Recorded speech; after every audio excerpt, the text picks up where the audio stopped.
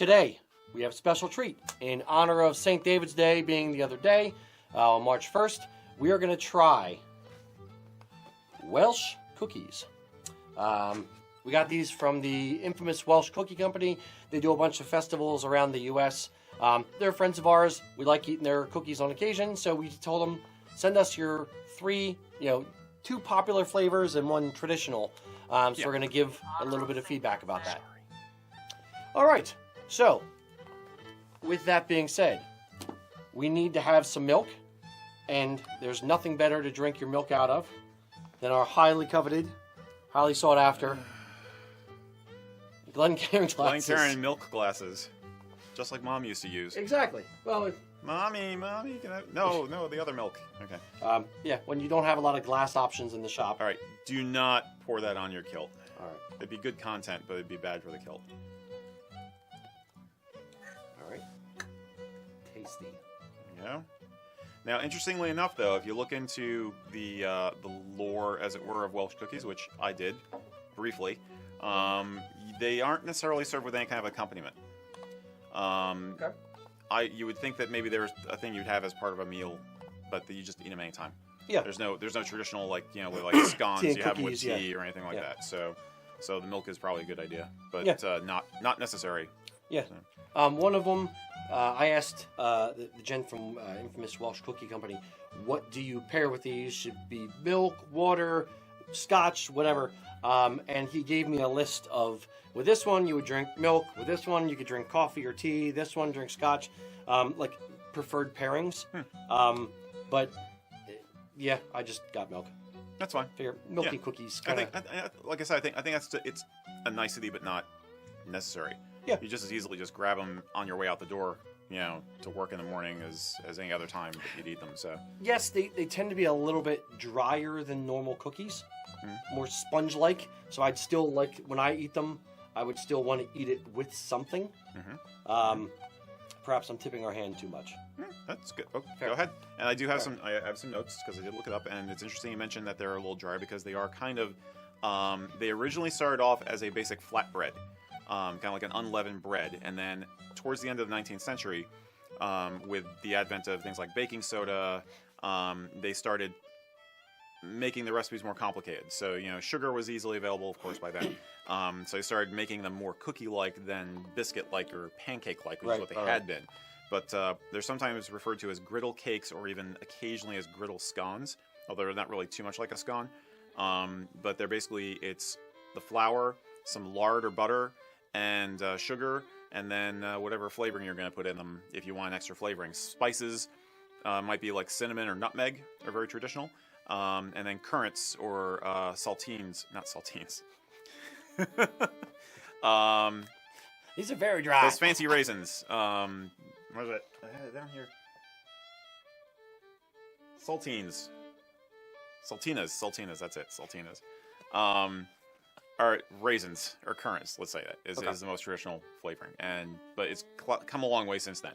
So, you want to try a cookie? Sure. Okay. You introduce it and tell us which one we're trying. And... Well, you want to start with it? We'll start with the traditional one, right?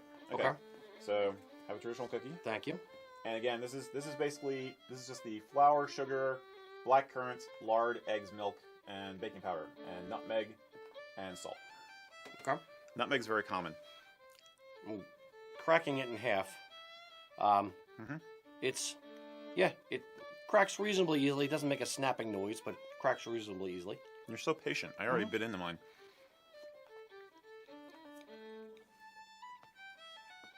Okay. It is kind of biscuit-like. Yeah. Again, it's kind of expanded as a tradition over the past 100 years. They can be served as is, but sometimes they will serve them with jam. And there's a version called a... I can see it with jam or with something, again, sweet and gelatinous, but to give it more moisture. Yeah. A jam split is one where that's in South Wales, apparently. And they'll actually add some jam or butter and serve it kind of like a sandwich. So imagine almost like a Welsh cookie Oreo. It's that kind of a thing. Another thing that they'll do, I guess, in... How would it absorb the butter, do you think?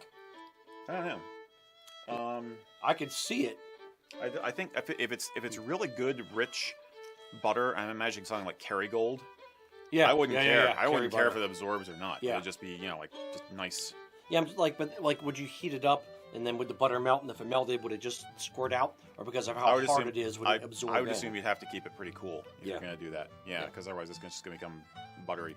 Another thing they'll sometimes do to make them moister is put in shaved apple. Okay. So you can add apple flavor and add some more body and everything. Yep. I didn't know what currants were. Really? But not like. No, I didn't. Not off the top of my head. There's no currants in mine. I've yet to encounter a currant. I've had a couple. It's one of those where if I probably had it, I'd know what it was. I was all prepared to give this one a negative rating, like, oh, currants, blah. But yeah, it's actually not bad. I still think you need to drink with it, though. I think it's definitely a milk and cookies kind of a thing. Yeah. Yeah, personally. It's not hard, like a Toll House, Butterfinger or butter cookie, whatever. But it still sucks the moisture out of you to a degree. Yeah. Yeah. But Milk on the is a other good hand, choice, I would say it's a very they're easy to make. They would make them on originally like a baking stone or then an iron griddle. So some of the alternate names, which I would just butcher the Welsh if I tried to do the Welsh name, so I'm not going to do that.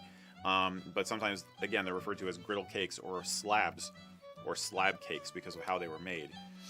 There's apparently one other version, which is called like a mountain cake or Welsh mountain, where they put in extra leavening so it kind of puffs up more. Okay. And then they would put sugar syrup over it, like a frosting, like a sugar frosting, kind of like on a fritter or something. Yeah. Which is supposed to simulate like the snow caps of the mountains in Snowdonia. So it's that's kind of like a variant on it. It's like even sweeter, basically. Yeah, I could see adding anything with a strong flavor would get me salivating. I'm stuck on the dry thing. Would get me salivating more to be less dryish. I think. All right, number 2. We're gonna try the chocolate peanut butter. Yeah, we're at the opposite end of the spectrum now. This is a wholly modern. Yeah, rendition. And these have straight up lard in them, like all of these. So they're not necessarily healthy, but it's fine.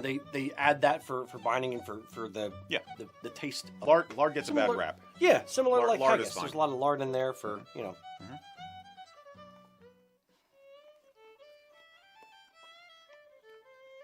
Okay, this one's a little bit more moist. And the chocolate peanut butter flavor is nice. My kids would really dig this. It's very light flavor.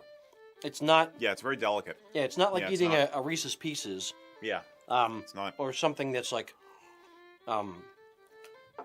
artificial chocolate, artificial peanut butter in it to really give that punch. Yeah. Of like a Toll House cookie or whatever. Right.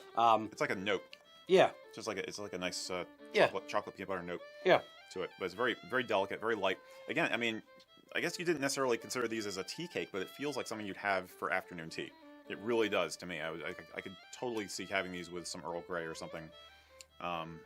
Yeah, this is good. I'm a traditionalist, so I still like I like spiced cakes anyway. So I kind of like the traditional better than this, but it's good. Yeah, it's more fun than the chocolate bars we had last month. Jeez. It's like a very, very dense cake. It's not. It's sort of between. It's like it's between a cookie and like a super dense cake to me. It's good to remember though that like 100 years ago to 200 years ago, this is more like what a lot of traditional sweets and baked goods would be like. Yeah, they're not trying to make something contemporary. It's the Welsh cookies that are doing their own take on something traditional. So yeah, and they really did have they increased in complexity 100 years ago, but it's still a very simple thing. Yeah, I would encourage anybody who's interested in this to try making them at home. You can absolutely find recipes online, and it's fun. I could easily see this as a family activity with the kids. Yeah, it's like halfway between baking cookies and making pancakes, basically. So I could totally see it as a weekend project with your kids. Yeah. So we have one last one to try. Okay. Last one is cherry hazelnut. Okay. Mr. Eric? I'll probably like this. Yep. And the last note I got off of the wiki about these was that there's another version called the Newport Lovely, which is actually was a form of Welsh cookie that was traditionally made by men as a token for their sweethearts, sometimes as an engagement gift even. So it was kind of like, Made with a love spoon. That's maybe it's entirely possible. Maybe you use the love spoon to mix the batter for the cookie, and you give it to There her you and go. say, "You sure are cute. Let's get hitched." Or a however great Welsh accent. Thank That you. was the most convincing Welsh accent he's ever done. Well, I try. I try. Oh, okay, they got real cherries in this one, so that's a big plus.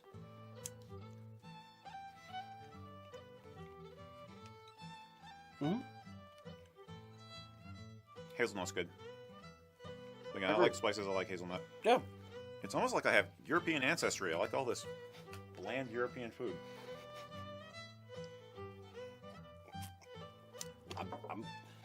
The odd thing is, I'm finding that I'm drinking my milk out of this like I drink scotch, and I'm pulling air through it. That's got to be interesting. A good nose for the 2% Wawa milk. Mm, Yes, indeed. Mm. I can smell the grass from the pasture. Mm. Yep.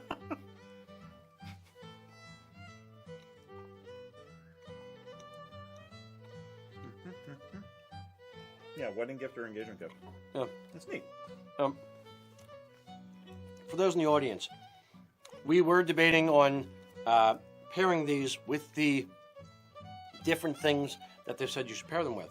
But I decided that pairing one with scotch and then another one with milk would probably them in the not same meal. sit too well. So I didn't want to do a 2-hour show after drinking scotch and milk, together. Blah. Yeah. Ugh. Blah. Mm. Blah. Okay. Good stuff. Yeah. Nice.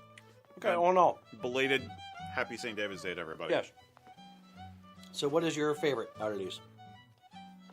Honestly, I like the original best because I'm a traditionalist, and it had the cinnamon nutmeg flavor. The this last one with the cherries and the hazelnuts. I should talk about my mouthful. I can't do that. Oh, how dare you, sir. Mm-hmm. We will lose all of our audience We just did, if they didn't after the Welsh accent. or at least my mom. Yeah, the in that order, I'd say I like the traditional one the best because I like the spices. The cherry hazelnut one is tasty because the hazelnut really came through. And the chocolate peanut butter one was good, but I might as well just make a regular chocolate peanut butter cookie.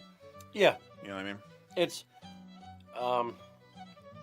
I'd probably go in a similar order. I'd say the cherry one first, and basically because it had the strongest flavor. What I'm noticing for me is I want the stronger flavor, profile coming through, as it were. I don't want to have to guess at what's in it. That's good milk. Oh, delicious. It was a good year for milk. I don't know if you could say that. It shouldn't be chunky, right? Yeah, So yeah, I'd say the cherry one because it has the strongest flavor. Then the current one. Okay, There you go. I could dig on that. there you go. And then chocolate peanut butter because it's much softer. Like it's not as that's strong. Nice. Yeah, They're all good, and I do recommend the company. Yeah. If you don't want to make them yourself, then absolutely, Yeah. they're a very good vendor. yeah. Yeah. All in all, I'd say as far as I haven't had many Welsh cookies, but I'd say if I had to give it a 1 to 10, I'd say probably a 7.5. That's Okay. the number I'm going to go with. Okay. I'm not a huge fan of super bland food, so I generally would probably prefer a regular cookie or whatever. Although Okay. I'm not really a super sweets kind of guy anyway. But yeah, 7.5. Okay. Cool. Yeah, I don't know if I can give a number for just the whole experience. For a number for the whole experience, I'd say probably like a 7. Okay. For my favorite, then I'd probably say maybe 7.5. Okay. But I have had other Welsh cookies before, and I do have a favorite from a local person who makes them for me. So, Is that and your wife? It might be. It might be. It's very possible. So it absolutely has to be your favorite one. Yep.